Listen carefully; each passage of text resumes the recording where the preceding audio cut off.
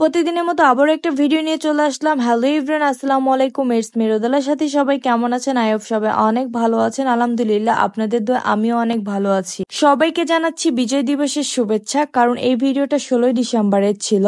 তো আমরা 16 তারিখ কি করেছি সেটা আপনাদেরকে শেয়ার করব। যেহেতু বিজয় দিবসে সবাই লাল সবুজ পরে, তো ভাবলাম আমি একটা লাল সবুজ ড্রেস পরি।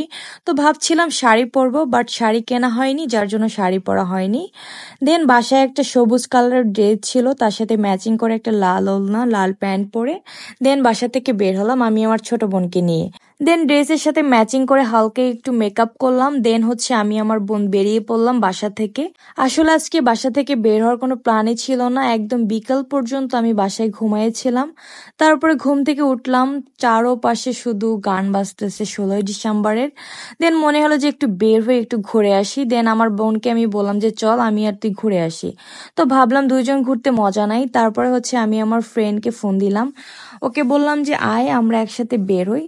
তারপরে আমার ফ্রেন্ড ও রেডি হয়ে বের হচ্ছিল, আর আমি আমার বোন রেডি হয়ে চলে আসলাম বিশ্ব রোড। এসে আমার ফ্রেন্ডের জন্য ওয়েট করতেছিলাম। তো এখানে বিশ্ব রোড আসার পরে দেখলাম ট্রেন যাচ্ছিল। তো ভাবলাম ট্রেন লাইনে গিয়ে কিছু ভিডিও মেক করি। দেন ট্রেন লাইনে গেলাম, আর ট্রেন লাইনের অবস্থা তো খুবই বাজে, এগুলো আর না বলি।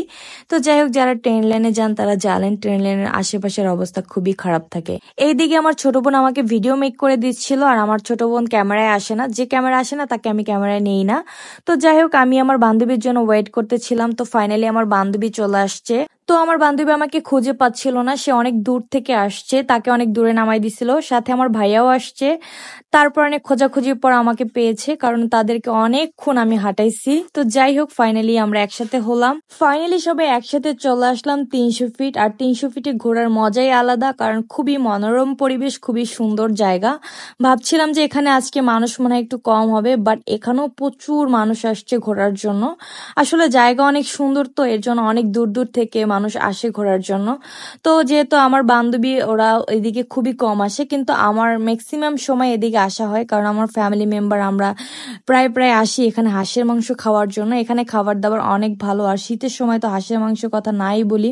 আসলে 300 ফিট এমন একটা প্লেস হয়ে গেছে যে কুয়াকাটা কক্সবাজারের যে ফিলটা সেটা এখন আমরা 300 ফিটই পাই, কারণ এখানে খাবার দাবার, কক্সবাজারের খাবার দাবার, কুয়াকাটার খাবার দাবার পুরো সেম।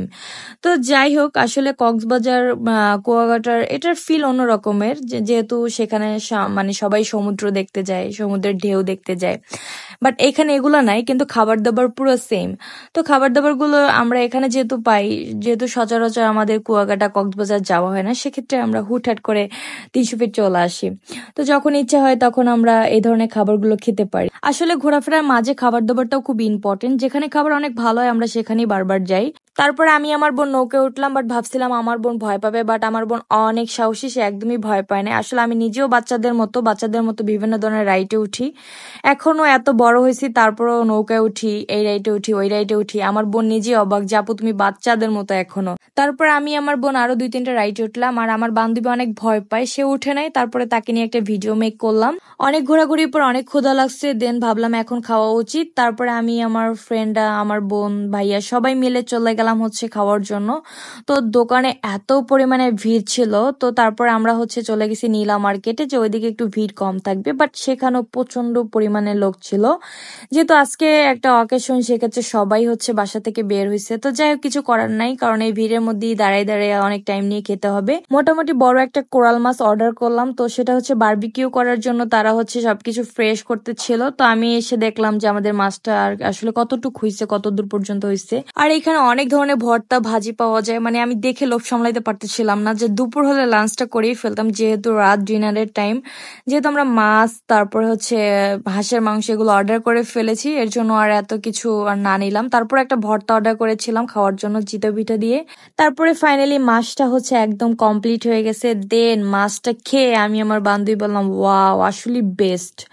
আসলে অনেক জায়গায় মাছ ট্রাই করছি, বাট এই মাছটা বারবিকিউটা সেই হয়েছে। তারপরে এত ভিড়ের মাঝখানে তারা যে এত সুন্দর করে, এত টেস্টি করে মাছটা আমাদের দিয়েছে, আসলে আমরা খেয়ে খুবই স্যাটিসফাই। খাচ্ছিলাম আর সবাই মিলে আড্ডা দিচ্ছিলাম। তারপরে চলে আসলাম যমুনা ফিউচার পার্ক। এইখানে একটা দোকানে এত এত মজা করে চা বিক্রি করে, মানে চাটা খুবই ফেমাস, এখানে সবাই খেতে আসে। দেন আমি আমার বান্ধবী আমরা সবাই এখানে চলে আসলাম চা খাওয়ার জন্য। এই তো আজকের দিনটা আজকে আমাদের এভাবেই চলে গেল, খাওয়ার উপর দিয়ে, ঘোরাঘুরির উপর দিয়ে। তো আজকে যারা আমার ভিডিওটা দেখেছেন, যদি ভালো লেগে থাকে একটা লাইক কমেন্ট শেয়ার দিয়ে পাশে থাকবেন। তো আজকে এই পর্যন্ত, সবাই ভালো থাকবেন, সুস্থ থাকবেন, আল্লাহ হাফিজ, বাই বাই, টেক কেয়ার।